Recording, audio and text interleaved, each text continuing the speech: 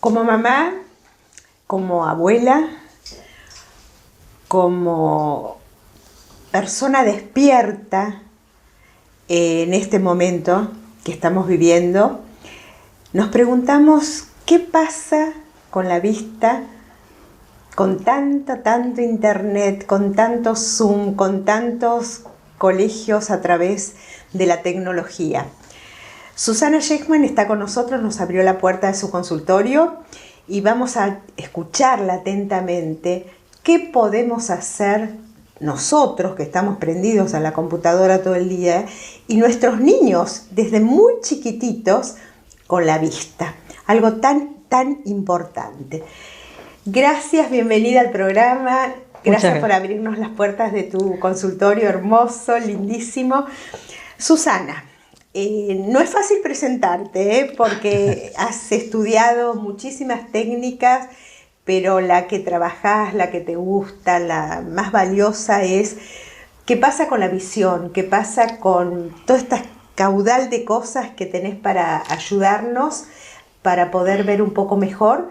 Y ahora te dejo hablar, y quiero que enfoques pero muy puntual si nosotros, y ahí va la pregunta, si nosotros a través de la malvisión podemos tener problemas físicos severos.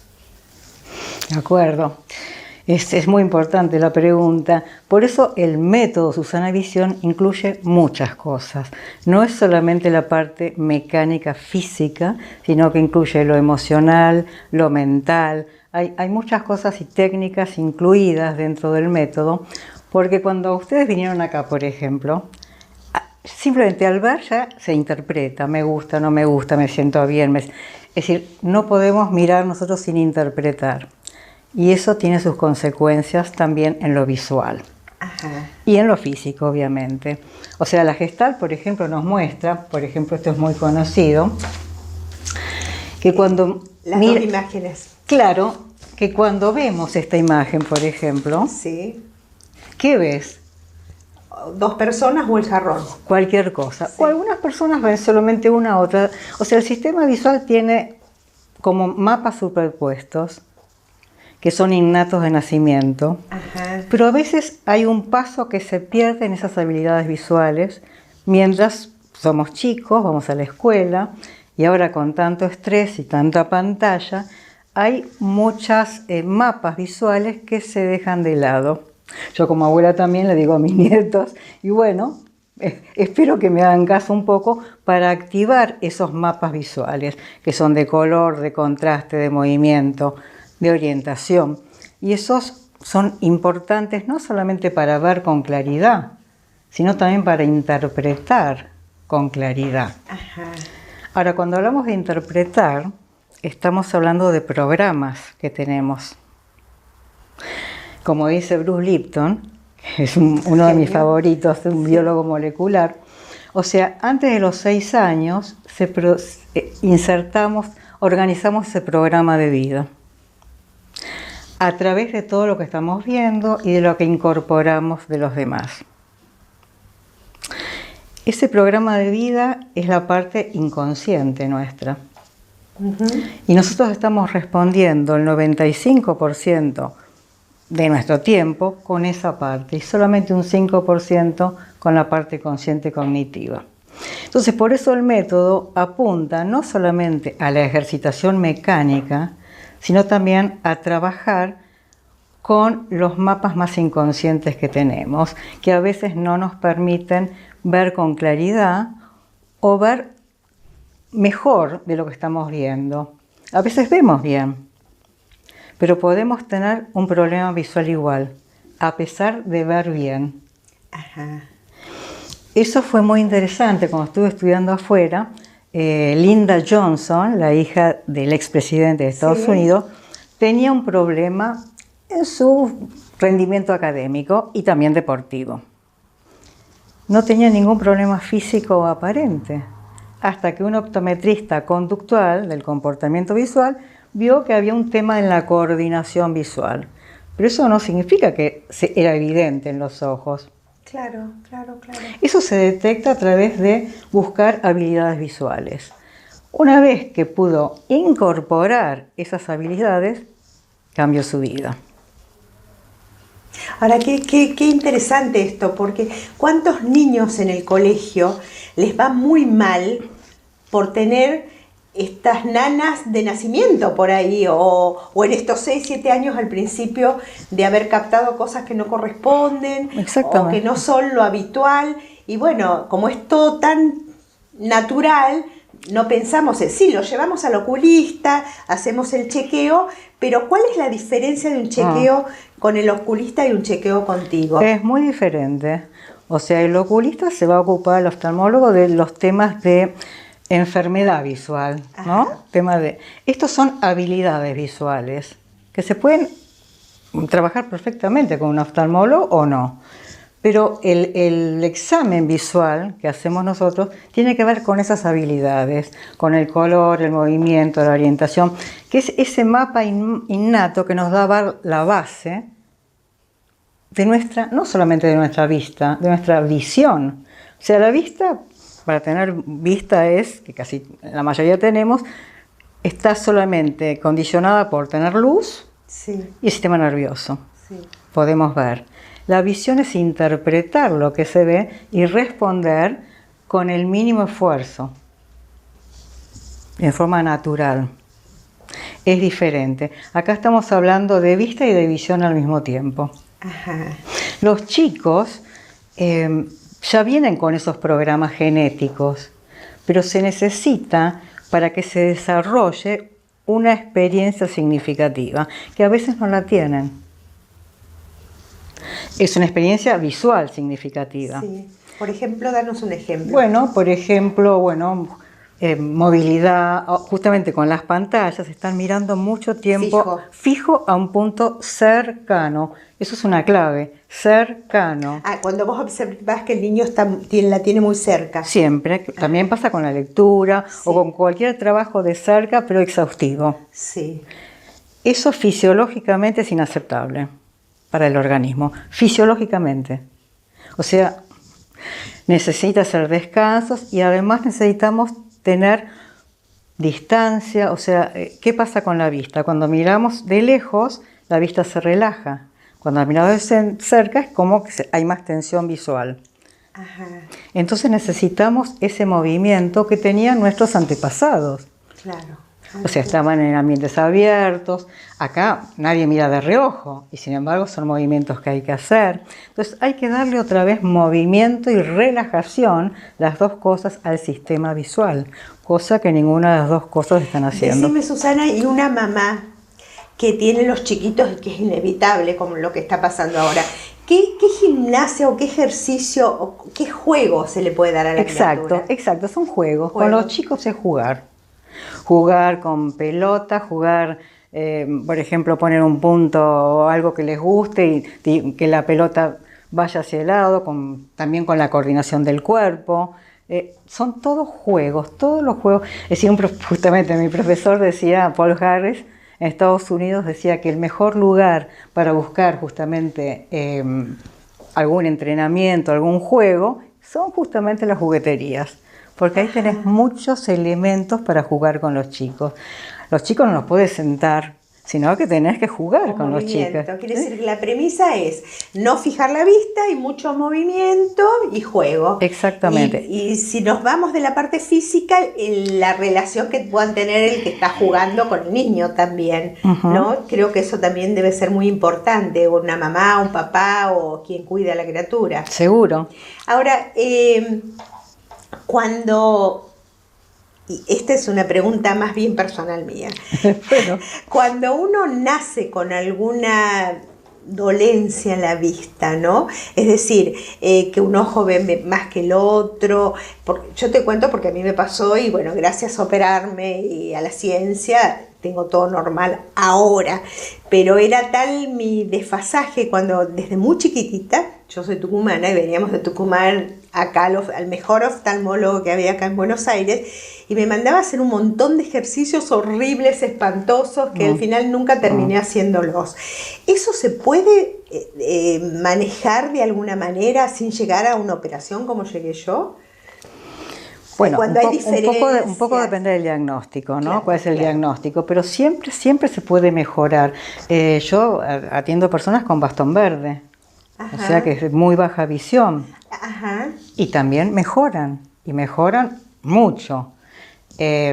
Siempre se puede, nadie desarrolló al máximo el sistema visual. En el tema te contesto el tuyo. Sí. En el tema de una operación, lo que yo sé es que hiciste también muchísimas cosas además de la operación. Sí. Así que es un caso muy particular. Sí, amiga, sí. Pero en realidad, justamente pasa mucho con estrabismo y con otras operaciones, que lo que se corrige físicamente, un tema muscular, hay un tema ahí físico, bueno, algo que se corrija físicamente a través de la operación, pero no se corrige lo emocional.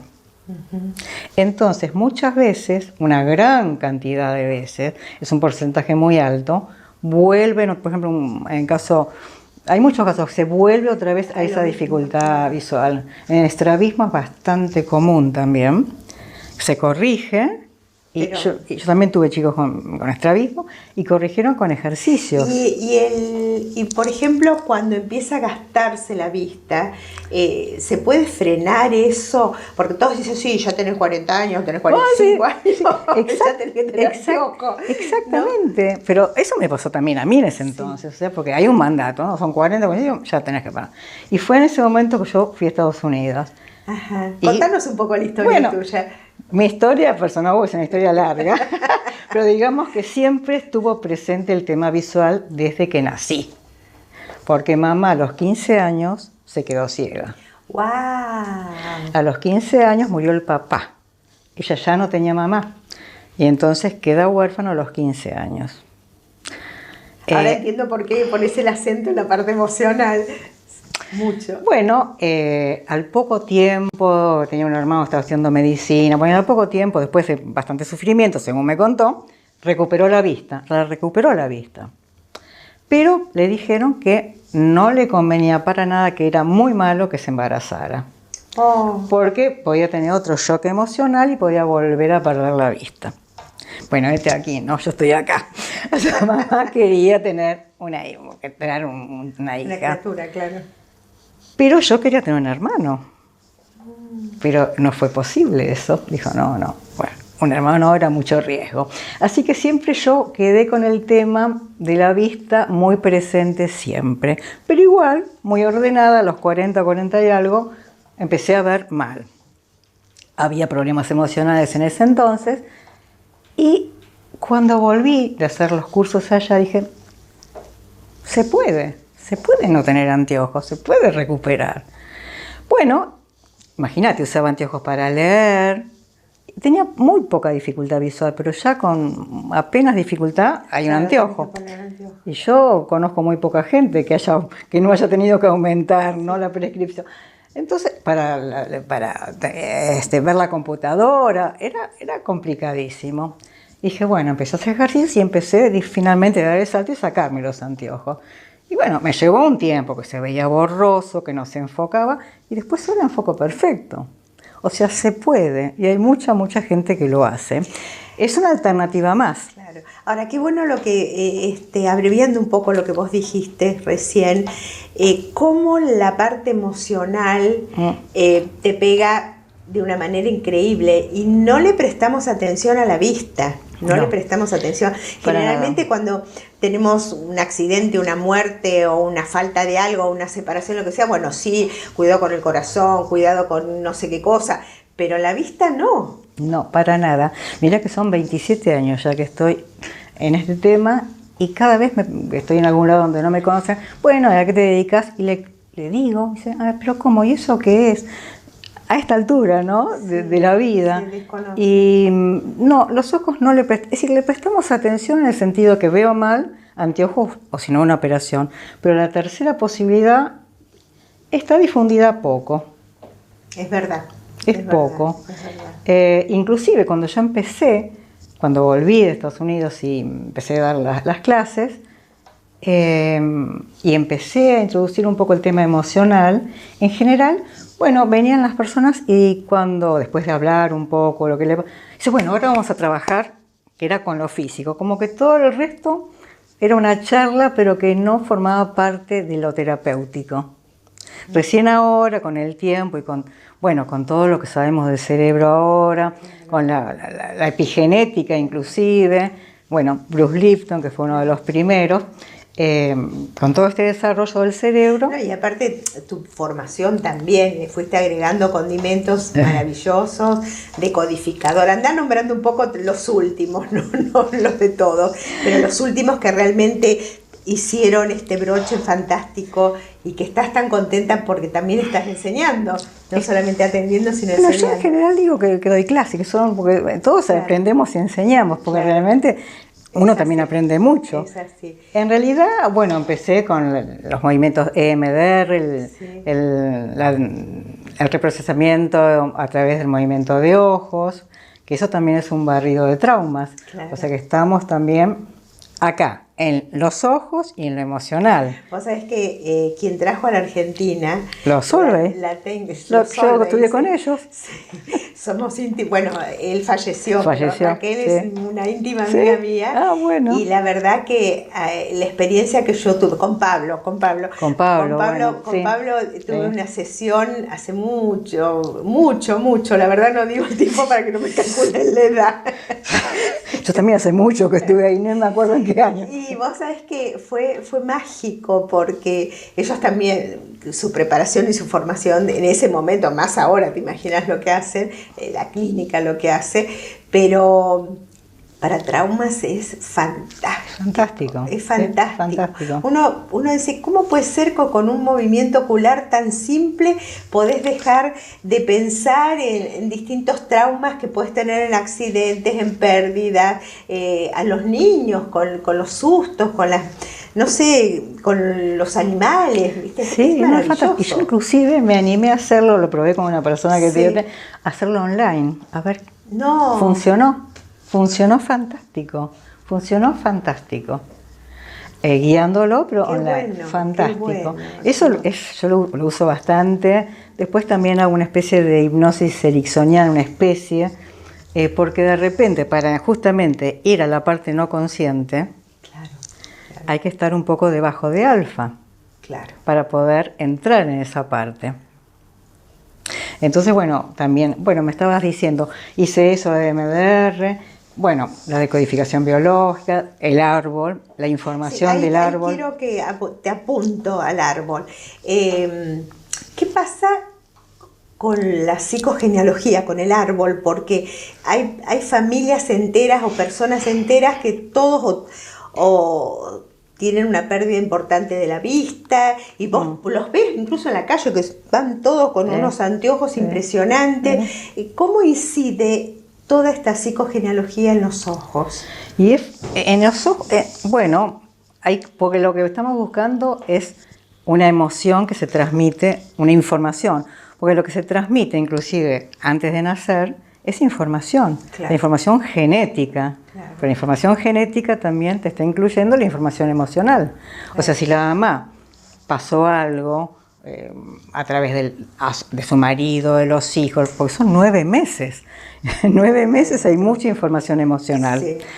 Entonces, necesitamos ir un poco subiendo por el árbol, encontrar qué es lo que ha pasado, que no se quiso ver, por ejemplo. A veces cuando algo no nos gusta, cerramos los ojos con fuerza, ¿no? Nos apartamos y cerramos cuando queremos. Y hay una tensión muscular ahí, bloqueo. Lo que a mí me llama mucho la atención desde que estudié decodificación hace muchísimos años es cómo me lleva la decodificación o la psicogenealogía a la cuarta, a la quinta generación. Te lleva y son traumas posguerra. Hay muchísimos. Terrible. Y nosotros acá en la Argentina, que tanta gente ha llegado después de la guerra y con ese bagaje de información terrible, porque no solamente la vivió, sino la vivió porque escuchó a los abuelos, porque escuchó... Eso es muy fuerte. Tuve una persona justamente que vino a verme por una... ¿Sabes por qué? Me dijo, tengo mucho frío. Tengo mucho frío. O sea, mis amigos todos... Yo estoy con una manta, con otro, y yo tengo frío. Y voy mucho al sur y es terrible porque tengo frío. hicimos decodificación, fuimos al árbol y ahí vimos lo que estabas diciendo, el tema de la guerra. La guerra. Una vez que llegó a verlo, se le pasó el frío. Ya está. Es que estas cosas hay que explicarlas, ¿viste, Susana? Sí. Cuando llegas a la conciencia, es sanador en forma inmediata. Sí. Es increíble. Bueno, contanos, estás en Buenos Aires, estás en el sur. ¿Qué haces en el sur? En el sur todavía no. Eso es un proyecto. Eso es un proyecto que le estoy poniendo así fuerza para que se materialice. Me encantaría también estar en el sur un poquito. Haría lo mismo, haría la decodificación. Es decir, el programa que sería es esto, que es lo visual, la parte física, conjuntamente con lo mental y con lo emocional. O sea, ¿qué herramientas podés dar para justamente para ayudar en eso? Por ejemplo, alguien que te llama por teléfono por una criatura que necesita, que se siente mal y que no sabes qué puede hacer y el colegio mal, lo que sea. Vamos a un caso en concreto. ¿Qué elementos necesitas para empezar a trabajar? Mira, te cuento inclusive antes de casos, sí, por supuesto. un chico, tendría unos 8 años, hace bastante tiempo, que vino con anteojos. Pero yo miraba los anteojos y era nada esos anteojos, porque habrá tenido una levísima dificultad, pero bueno, y así hablando y jugando, porque chico habíamos, y entonces vimos que en realidad lo que él quería era esconderse prácticamente detrás del anteojo. Entonces llegamos a la conclusión, bueno, vos querés el anteojo, bueno, pero vamos a poner en neutro los vidrios primero, para que no tenga una distorsión en la visión.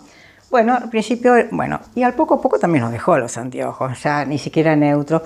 Y lo que le pasaba no era otra cosa, que era más emocional y de seguridad, que eso también lo trabajamos a nivel de los chicos, ¿no? Claro. Que es más suavecito. Y a nivel, si son muy chicos, es con la mamá.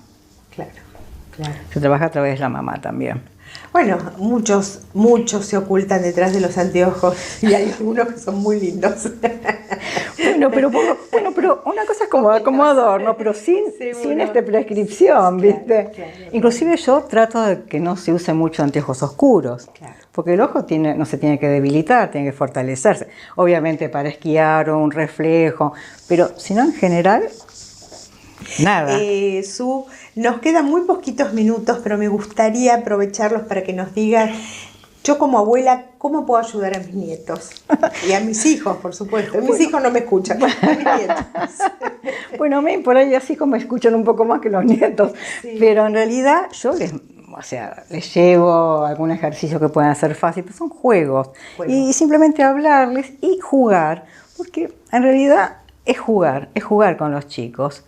Es realmente, claro, hay que tener el tiempo de una persona de jugar a lo que sea, pero que haya movimiento de la visión. ¿Y cada cuánto tiempo? Porque, por ejemplo, están en el colegio mirando la clase y yo he visto que están 1 hora y media por ahí, que es muchísimo.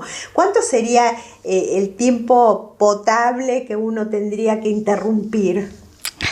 Bueno, cuando justamente empiezan las dificultades visuales en mayor número, es cuando empieza el colegio primario. Justamente, y a los 8 años, con la interpretación de lo que se lee, justamente porque se rigidiza la mirada. Entonces, digamos, si uno está con una pantalla, lo ideal sería, según lo que yo creo, no más de media hora, y después simplemente... Te van a amar. Nada. Me van a amar, media hora después mirar a otro lado, ¿no? Un minuto claro, y seguir. Pero no, porque con las pantallas, bueno, ya sabemos, la humedad del ojo, es decir, y queda fijo, se pestañea menos, no se le da la suficiente oscuridad. Eso pasa. Y entonces yo veo cada vez chicos más chiquitos con dificultades de la vista. Ahora, no es difícil hacerlo, o tener al lado de la computadora algo que le gusta, entonces mira un poco y después sigue. Claro. O si tiene algún lugar al aire libre, mirar más lejos. Claro. O ponerlos mirando, para una ventana o algo. Claro, hay que tener cuidado dónde ponen la computadora, no contra una pared. Okay. Eso es importantísimo, No porque ahí miran tienen la pantalla, miran y también miran de cerca, algo que les dé un poco acá, que les dé un poco de amplitud. Susana, ha sido una clase espectacular que nos has dado y solo nos queda decirte mil gracias y a trabajar abuelas y a trabajar mamás y a cuidar la visión. Muchas gracias.